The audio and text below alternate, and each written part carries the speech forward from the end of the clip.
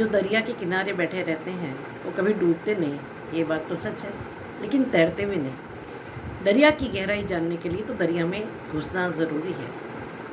ये है कुंभ राशि वाले, जो रिस्क लेंगे, दरिया में उतरेंगे, देखेंगे कितनी गहराई है दरिया की, तैरेंगे, झंझावतों से लड़ेंगे और तैर कर बाहर निकलेंगे। नमस्कार, स्वागत है आपका मेरे चैनल 21st सेंचुरी मॉम में, और स्वागत है आपका दीपा ज्योतिष में। आज हम डिस्कस करने वाले हैं कि कैसा रहेगा मार्च राशिफल कुंभ राशि के जातकों के लिए।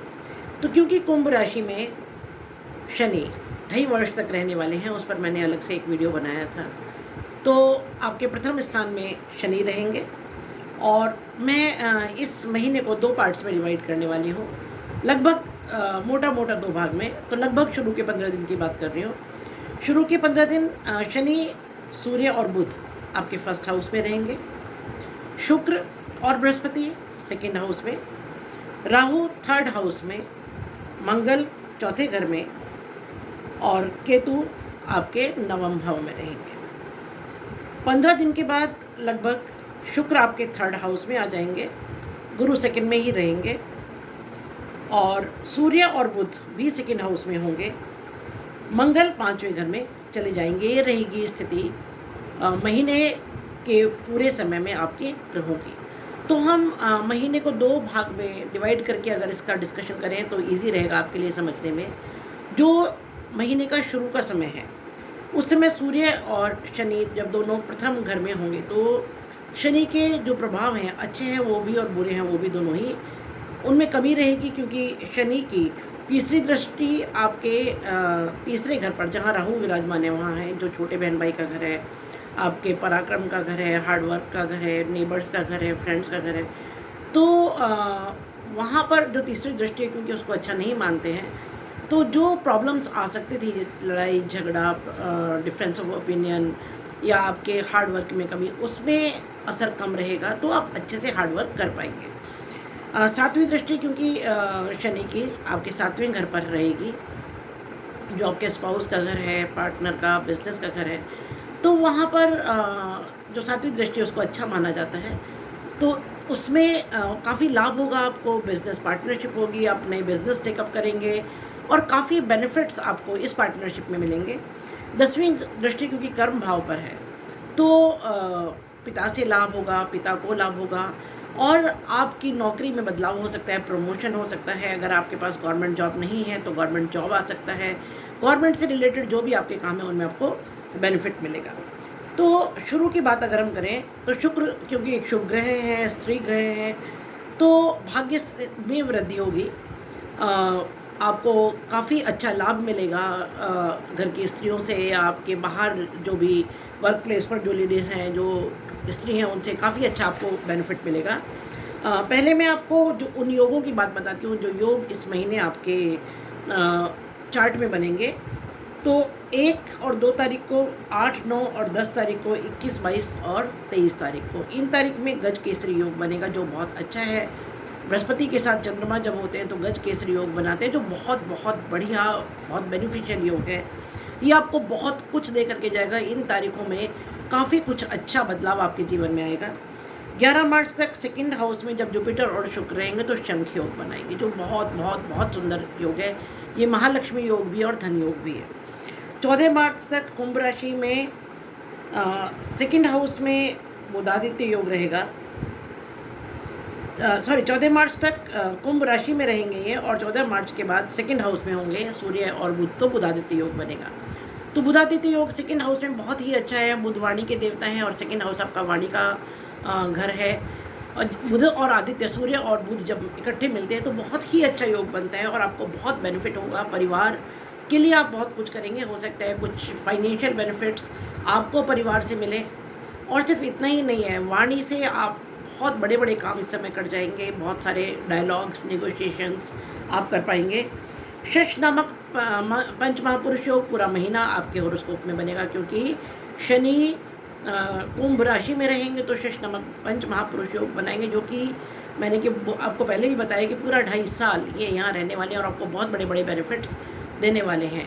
फर्स्ट हाउस में शनि रहने से आपके बड़े प्रोजेक्ट्स की कहीं ना कोई बेस अब तैयार होने लगेगा। कोई प्रोजेक्ट्स की तैयारी आप करेंगे, कुछ प्लानिंग करेंगे, और सिर्फ प्लानिंग ही नहीं करेंगे, प्लानिंग के साथ साथ आप प्लानिंग को एग्जीक्यूट करने की तैयारी इस समय कर लेंगे।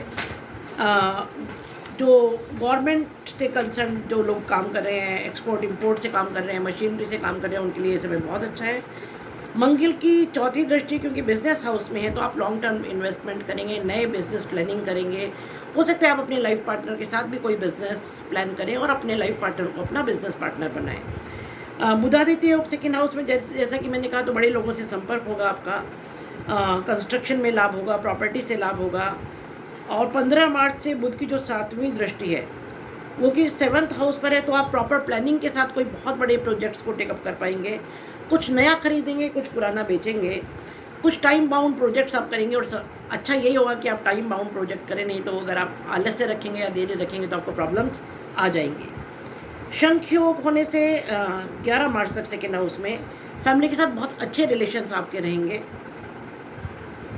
गुरु की 9वीं दृष्टि क्योंकि कर्म भाव पर है, तो आपको कोई नए गुरु मिल सकते हैं, मेंटर मिल सकते हैं। पिता की सलाह इस समय आपको बहुत काम आएगी, उनकी सलाह लीजिएगा।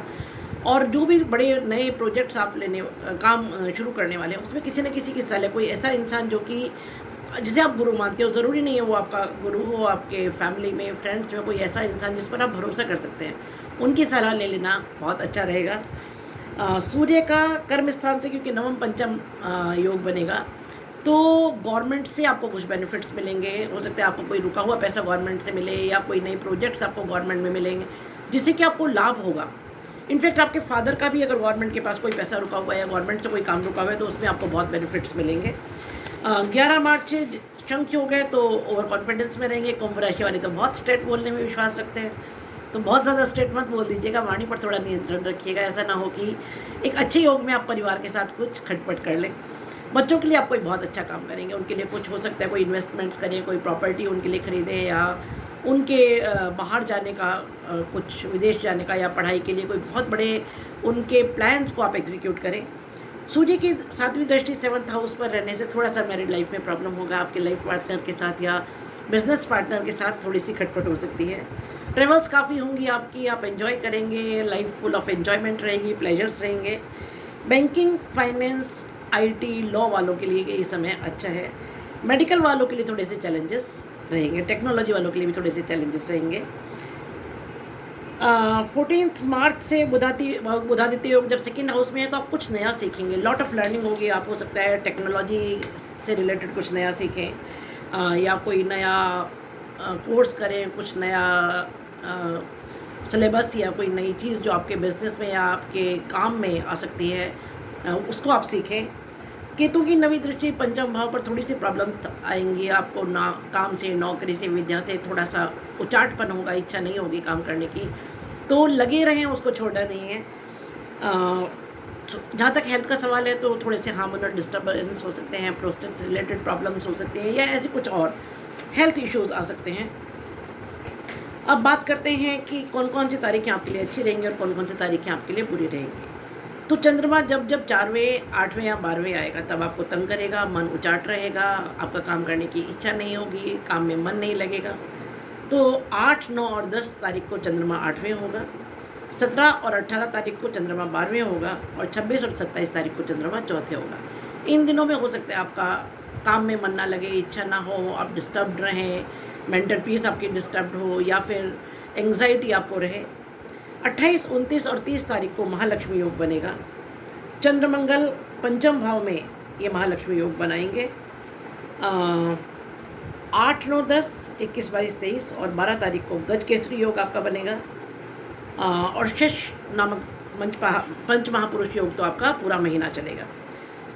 अब आती है बात रेमेडीज़ की, आपको क्या क्या रेमेडीज़ करनी चाहिए। इनफैक्ट जो आपका सेकेंड हाफ ऑफ मंथ है वो बहुत अच्छा रहेगा, क्योंकि 15 तारीख के बाद शुक्र 3rd हाउस में आ जाएंगे, गुरु सेकेंड हाउस में ही रहेंगे, सूर्य बुध जैसे कि मैंने कहा सेकेंड हाउस में आएंगे, और मंगल 5वें में होंगे। तो जब मंगल 5वें में होंगे, वहाँ थोड़ा सा संतान से मतभेद हो सकते हैं, गुस्से पर कंट्रोल रखिएगा, बुद्धि को नियंत्रण में रखिएगा, और प्लानिंग जो आप करेंगे उसको एग्जीक्यूट करने में कोशिश कीजिए कि आप खुद पूरा ऑब्जर्वेशन करें। Latter half of the month जैसे कि मैंने कहा बहुत अच्छा है, भाग्य साथ देगा आपका। करियर में कोई बहुत बड़ा परिवर्तन इस महीने आपका हो सकता है।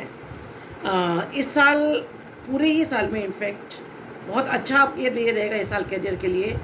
राहु थर्ड हाउस में हम बहुत अच्छा नहीं मानते हैं, और वैसे भी शनि की तीसरी दृष्टि वहाँ है, तो कोशिश कीजिए कि आपके छोटे बहन भाइयों के साथ, पड़ोसियों के साथ, दोस्तों के साथ रिलेशंस खराब ना हो।